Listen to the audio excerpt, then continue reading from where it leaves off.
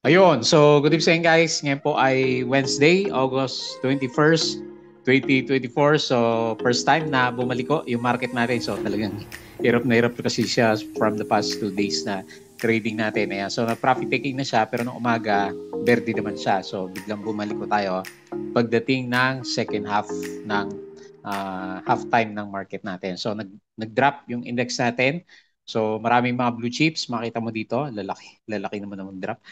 Negative 0.64% lang siya pero medyo malakas nga po yung drop ng majority ng mga blue chips natin. So ayan o. So nag-close tayo 6,900.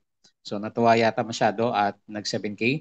Pero meron pa rin siya oh. Nandiyan pa rin yung mga foreigners. So baka pumupondo lang 'tong mga foreigners natin. Meron siyang 565.27 million net foreign buy dito sa market. Tapos sa US market kapon, hindi naman ganoon kalaki yung sideways lang yung yung galawan sa US market natin kapon. So siguro nga overstretched na yung market natin. Marami na kasi nag-overbought, so nag-profit taking siguro yung iba maliban kay Plus kasi si Plus umarangkada ulit kahit na overbought na siya. So pero yung majority sina Ali, 'di ba? Overbought na rin kasi ito eh. So medyo nag-profit taking na nga sila. Ayan. So tignan natin kung kasi US okay naman siya. Okay. So tanda ko na. Baka yung isa sa mga reason kaya maagang nag-profit taking yung ibang mga traders kasi holiday po pala sa, baka hindi niyo pa alam, sa Friday and so nabasa ko sa news ni Rappler kahit Monday yata. So magkakaroon tayo ng very long na weekends. Normally, bumabagsak talaga yung stocks kasi lumalabas muna yung mga investors sa market. Baka yun yung pinaka main reason bakit medyo malakas yung profit taking ng mga big caps na stocks po natin. Okay? So anyway, tignan lang natin kung ano yung mga pinag-usapan na stocks, yung ating mga trending. So nauna sa lista natin, yung mga dati na gumalaw, ewan ko si Baita, nag-close din yata positive eh. So sila yung nagkaroon ng continuation. So sila din pala sa huli, no? Yung ACAT. So BHI, nag-up siya ng 6.17%. May volume kasi ito eh. Tapos meron siyang 22.3K net foreign sale. Tapos si MRC, okay, nag 0%. Pero na umaga, umabot to ng 5% yata yung pinakamataas niya. So nauntog na naman siya.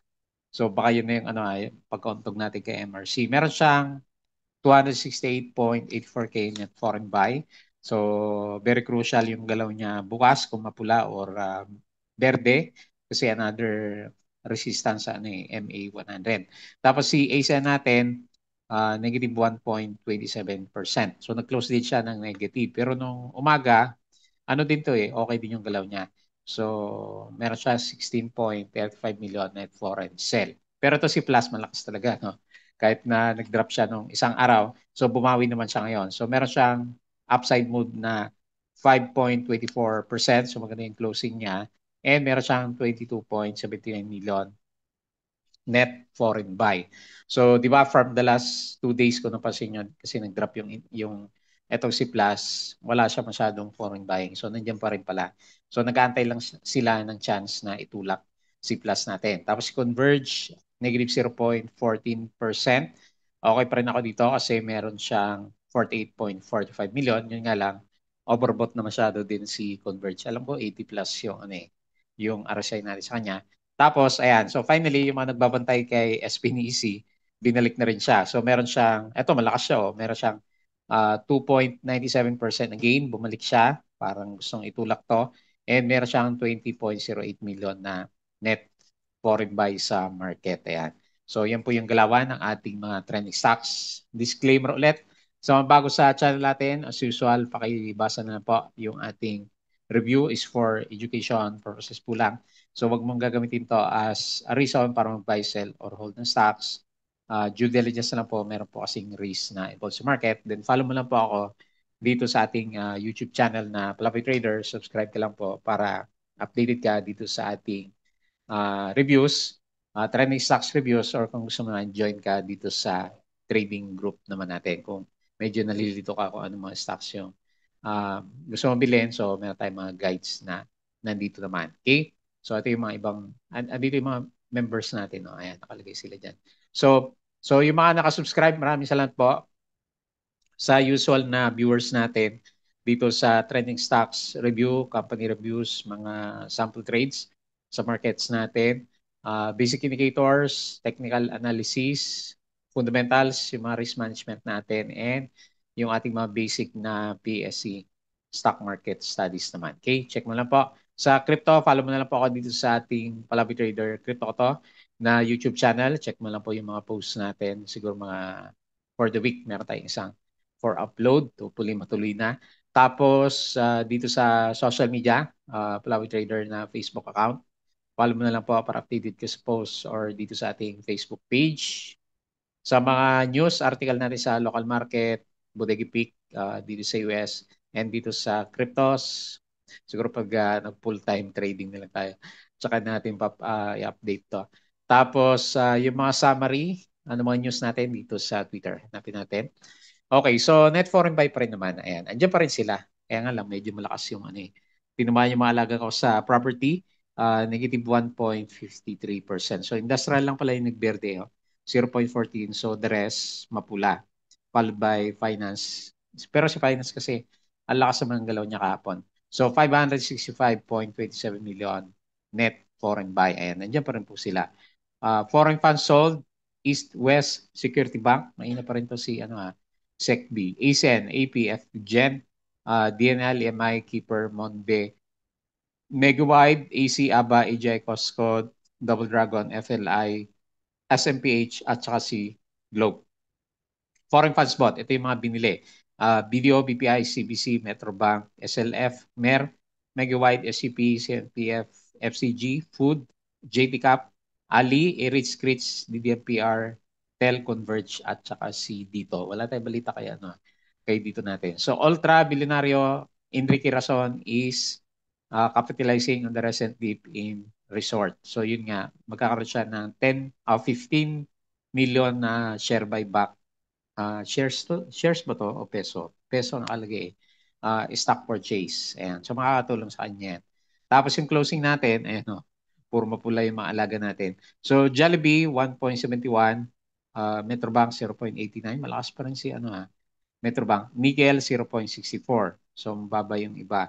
Yung mga losers, si Ali una 3.3%, BDO 2.3, Globe 1.7, JCap 1.43, and so talagang bentahan muna. Profit taking muna yung mga big caps na stocks. So sinakto 6,900.62 yung closing natin, negative 0.64. Nagsiso yung market. Ganda sana nung umaga. Pero ayun, binawian din siya. Meralco will proceed on CSP for 1,000 megawatt tagig. Dismiss the injunction petition for 20-day TROs, Bloom. So yun nga, magkakaroon siya ng share purchase agreement ng 1.94 million shares at 750. So mga sabi ni bilyonaryo, mga 15 million, di ba? 15 million peso. So reregalo niya sa mga mga siguro doon sa mga loyal patrons, yung mga palaging suki sa kanyang casino. So PLDT, ito yung mga ex-date, PLDT, September 11, payable to mga to. Ayan, check niyo na lang po kung meron kayong hawak. ASN allocates 7 billion to expand renewable energy projects. Kaya nga, akala ko okay na to kanina. So the bull market meter today shows 69% buyers and 31 sellers. Buying is on fire. Para kay yan, kay Plus kanina. Okay. So makita mo sa buyers or sellers ni Instagrams. So sa COL Financial, ito yung mga bagong recommendation niya. Sa stock is a Rich Script RCR, sa Power AP, sa Mer pa rin. Consumers, Jollibee, yan. Telco is PLDT.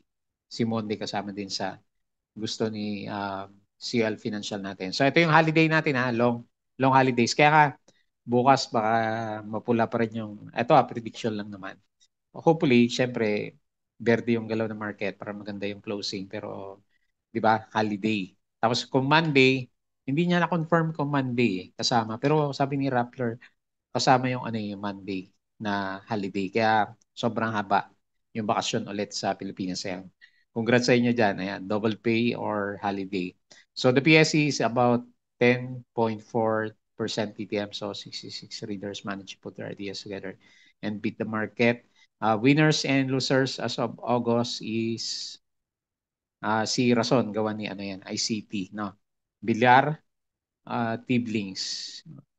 Okay, 4 billion, lalaki ng pera nila, no?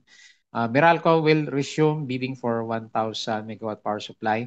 CREC plans to increase its renewable energy capacity. Okay, good news. ACN is allocating 7.6 billion from its 25 billion preferred shares to fund renewable energy projects. Si Ali natin, good news naman, kaso bumagsak.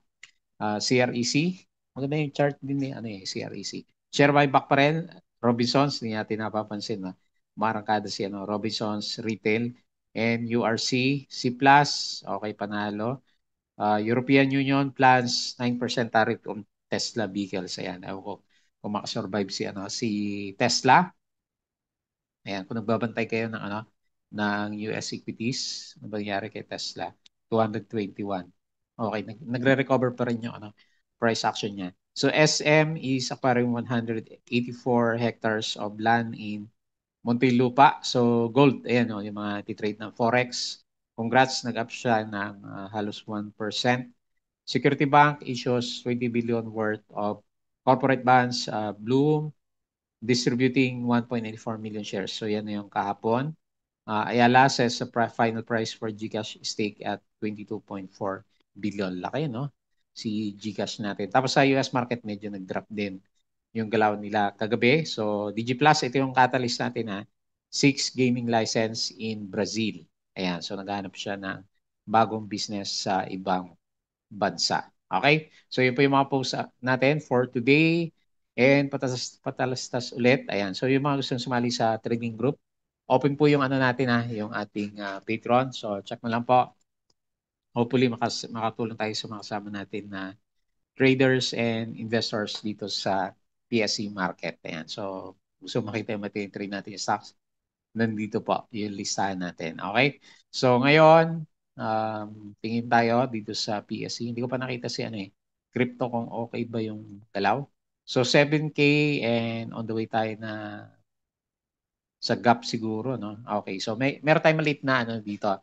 Maliit na sideways channel na support last time. So hopefully yan yung magiging support natin kasi parang magpo-pull back pa tayo bukas kasi nga long holidays. Siguro overdue na rin si PSE na mag-correct siya ng konti kahit paano kasi kahapon alam ko halos mag more than RSI 70 din siya eh. So medyo tumagilid na nga lang ng nag-Dow G na. So talagang Dow G, no, beware sa Dow G kapag lumabas na siya sa mga oversold na stocks natin. So 565 million in foreign buy, optimistic pa rin tayo na kahit medyo siguro bumagsak yung market natin kasi holiday nga, meron pa rin mga foreigners na sumasalo. So negative 0.64%.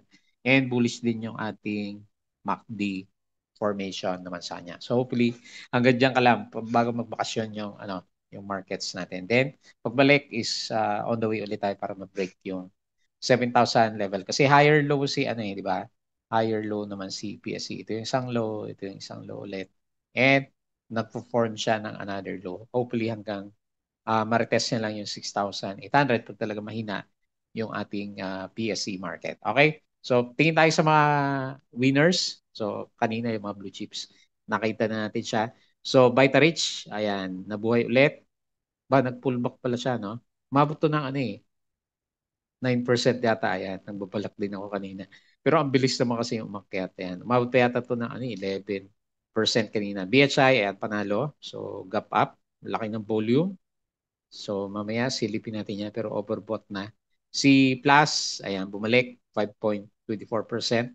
Napaaga na naman yung TP natin kahapon. Tapos si Keeper, may volume si Keeper 4%. Nabuhay siya. Tapos si Ionix, ayan, lumalaban si Ionix na untog sa MA100, 3%. SPNEC, yan, nabuhay siya. Maraming nag-usap sa kanya kahapon. Sino pa ba? Union Bank. Okay. Union Bank. Ang dami niya dividends dito, mga binigay niya. No? Ayan. So mga long-term investors, ganda na ito pag bumalik yung price action niya. Okay, so yun yung mga major na winners. Sa losers, si Jerry, so walang volume kasi 1 million na nga lang 11% pa yung yung drop niya. So medyo marami pa lang nag-drop ngayon, oh. FNI, so drop din siya 5%. Ano bang nangyari dito sa mga mineral stocks natin? Si BBMPR, ayan, 27 million. Nag-collapse na rin. 4%, si Sun, 4%, si Fruit, okay, mga walang 1 million. Ito, si Megawide, ayan, nag-breakdown din, no?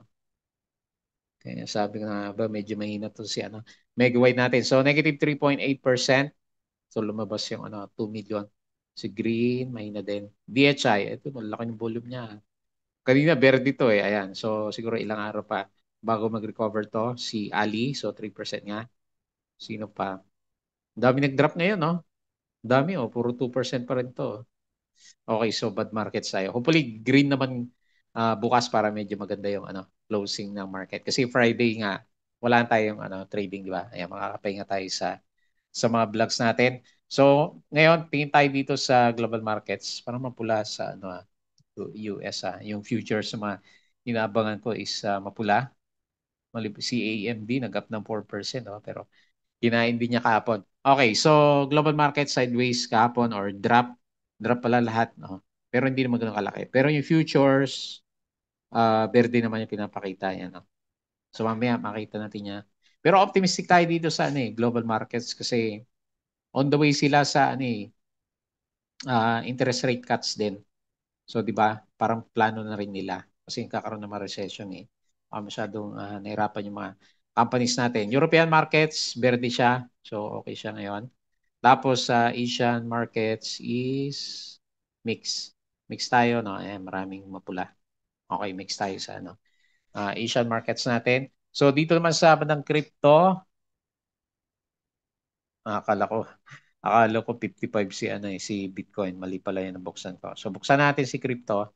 Ano nangyari sa kanya? 59 kaya pa-drop yata dito sa cryptos natin. So 2.5K si Ethereum, 554 si BNB. Pero si BNB malaki na yung inakyat niya. So mapula karamihan. Si Abax lang verde, oh. Si Matic 7%. Okay? So majority is pullback din dito sa cryptos pala natin. So hindi lang stocks medyo mahina. Okay? So anyway, tignan na lang po natin anong nangyari dito sa mga individual stocks. So BHI, drawing na lang natin kasi wala naman tayong alam kung bakit siya umakyat maliban sa may volume kagaya ni MRC, pero si MRC parang pagod na. So ito yung pinaka main channel natin, trading channel para kay BHI. So ibig sabihin ang next na resistance is around 0.91. Meron ba? Ayun, meron siya. May konti. So ayan, tignan natin bukas. Nag-gap up siya, oh, malakas siya. Tapos ang laki na volume niya kasi. Ayan, umaga pa lang ataw na si BHI. Pero, yun nga lang, sabi natin, medyo overbought na. Ayan, tignan natin. Hopefully, hindi siya magkaroon ng profit taking agad bukas. Kasi parang mag-i-spike pa siya bukas eh. So, may volume kasi 0.0886. Ayan. So, meron pumupunto na malakas dito. Laki niya, no? 15 million, no? Suddenly, nabuhay si BHI. So, 6%. Ayan. Okay. Price action lang po yan. So, wala tayong makita na balita para kay BHI. Then, next natin si MRC. Pagod na yata si MRC. So, meron naman siya net foreign buy kanina. 268.84K. Pero nag-close siya is Dow G na naman. So, talaga nahirapan siya sa MA 100. So, last yan siguro bukas. Okay, so end of the day pala, oh, binuhusan si MRC natin. Laki din ang drop nito, no? Ayun, 4% din siya. Actually, okay sana siya. So, kaya lang, meron yata lumabas. Ayan, may lumabas na malaking volume dito. So, kaya medyo nag-doji ulit. So, talagang nahirapan siya. So, pangatlong try na niya dito sa MA 100. So, hopefully, itong dinodrawing natin is hindi siya mabutas para next week na mag-open ulit yung market natin is maituloy niya yung breakout na gusto niya. Pero Dow G eh. So, tingnan na, abangan nyo na lang po yung mga merong hawak sa kanya. So, nasa decision area si ano eh, si MRC, ano ba yan? Be breakout or magko-collapse. Ayan. So kasi red yung candle. So in-expect ko may retest ulit sa bandang baba. So kailangan niya mag-retest ulit around 0.82 o MA20. Kasi nahirapan siya eh. Ilang araw na, di ba? So anyway, mali mo naman, itulak na siya bukas, tignan natin. Pero medyo nanghihina yung direction ng mga indicators natin sa akin. Bullish pa rin kasi nasa ibaba pa rin naman siya ng RSI 50 level natin. Okay? So, no news para kay MRC. Next, ASEN. Okay. Pang ilang kandila na to ah. So, 1, 2, 3, 4, 5. 5 days ng ano. Puro pullback si ASEN. So, nanganganib yung support ulit natin dito sa MA20. Ayan. So, meron tayong trend dito. Naku, baka mag-retest tayo dito sa ano, 5.3. Ayan. So, no choice, kundi yung pag-usapan natin sa ngayon is support muna, resistance. Okay, see, kung gusto mo may resistance is dito sa around 5.9 o halos 6 pesos. No? Ayan, ganyan muna. Drawing natin. So, nanganganib na masira yung structure natin pero tingnan natin, masyado maaga pa naman. So, kaya lang, meron siya net foreign sell din, 16.35 million. So, 1.27% na loss para dito kay ASEN. Mas maano pa si Converge, no?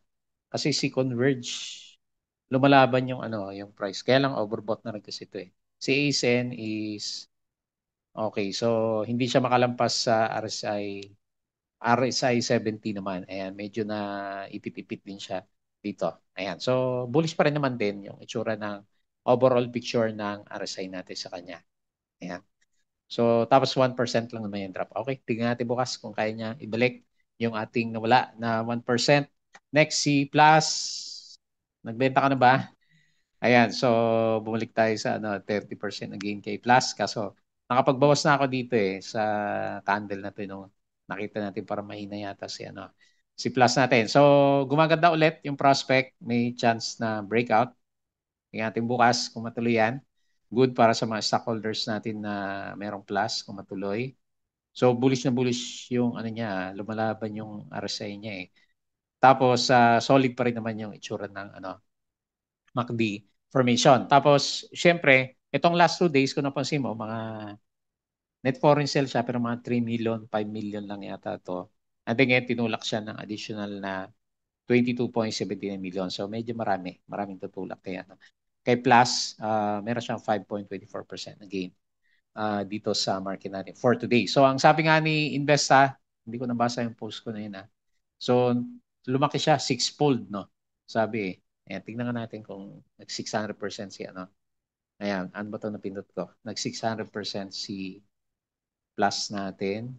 300%. 300% lang naman. Simula nung nagising siya,